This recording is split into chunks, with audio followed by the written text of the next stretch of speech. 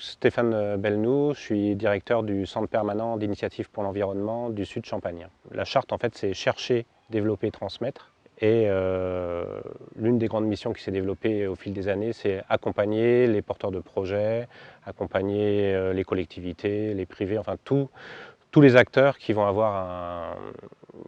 qui vont devoir s'intéresser à l'environnement de près ou de loin. Voilà, alors nous, la particularité, et on est le seul CPIE de France à l'avoir, c'est un centre de soins pour la faune sauvage. En fait, on est parti d'un constat en 2013, c'est qu'il n'y avait pas de structure de ce type-là en Champagne-Ardenne. Et donc, on a eu l'idée de recueillir en fait les individus d'espèces sauvages qui sont en détresse, blessés, et ensuite de les relâcher dans la nature. Pour le CPIE, on fait toute la boucle, hein. On s'intéresse aux espèces en termes d'inventaire, mais aussi on s'intéresse aux espèces en termes vétérinaires, en termes de zoonoses. Et tout ça, ça a un sens parce que derrière, en fait, le centre de soins, il permet de sensibiliser toutes les catégories socio-professionnelles. Donc il y a de la recherche, de la sensibilisation, de l'amélioration de connaissances. C'est tout ce qu'on voulait faire et voilà, c'est l'objectif qui est atteint.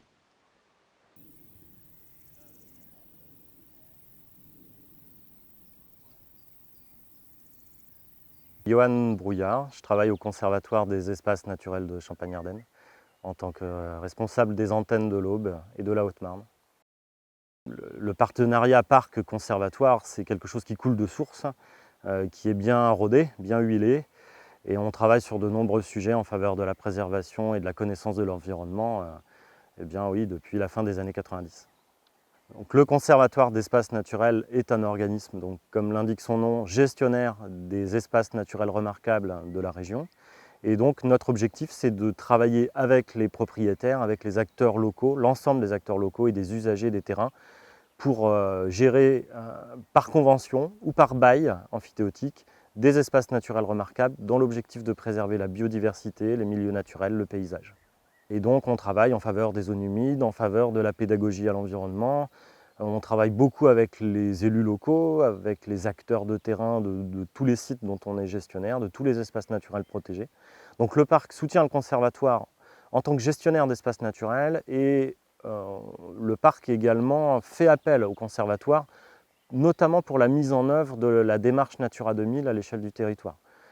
Et c'est le cas par exemple ici sur la pelouse des brebis à Brienne-la-Vieille, qui est à la fois un site géré par le conservatoire et un site Natura 2000 en faveur duquel on est missionné par le parc pour rencontrer les propriétaires riverains, pour rencontrer les élus et mettre en place une gestion durable de la biodiversité.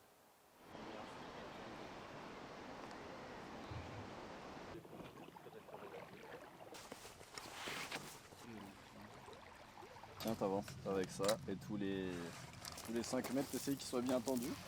Nous faisons de la topographie sur un cours d'eau lorsque c'est nécessaire pour mettre en place un projet de type reméandrement d'un cours d'eau. Du coup, par la suite, ça permet de mettre en place différents cotes pour recréer, on va dire, un nouveau cours d'eau dans le cadre de projets de recréation de lits. Je m'appelle Quentin André, je suis chargé de mission GEMAPI au sein du syndicat mixte d'aménagement du bassin de la Voire. Donc la GEMAPI, ça se divise en deux parties. Donc il y a la gestion des milieux aquatiques, donc tout ce qui est rivières, lacs, étangs, et puis bien évidemment l'API, la prévention des inondations. Donc les deux sont extrêmement liés. Le syndicat de la Voire, ça fait depuis 1946 qu'il existe sur l'ensemble du bassin de la Voire. Donc il s'occupait autrefois, on était un syndicat de curage donc en 1946. Et ensuite, au fur et à mesure des réglementations, notre travail a évolué pour maintenant vraiment la gestion des milieux aquatiques et la préservation de la ressource en eau. On fait de la sensibilisation auprès des élus, auprès des agriculteurs, auprès des jeunes pour leur expliquer. On ne peut pas imposer aux gens, car ils sont chez eux, et leur dire on va faire des travaux. Non, il faut qu'on ait déjà leur accord et qu'on leur explique ce qu'on va faire, pourquoi on va faire. Le travail avec le parc, il y a la restauration de la continuité écologique à Chalais-sur-Voire. Pour des aides parfois techniques, notamment sur les zones humides. Là, il y avait une personne, en l'occurrence Kevin Pajon, qui a très bien répondu à nos sollicitations et aux diverses questions qu'on se posait pour ensuite faire un dossier réglementaire auprès de la DDT et avoir un partenaire qui est très bien identifié comme le parc, qui met un mot dans un dossier de déclaration auprès de la DDT, c'est forcément un plus pour que le dossier aille plus vite.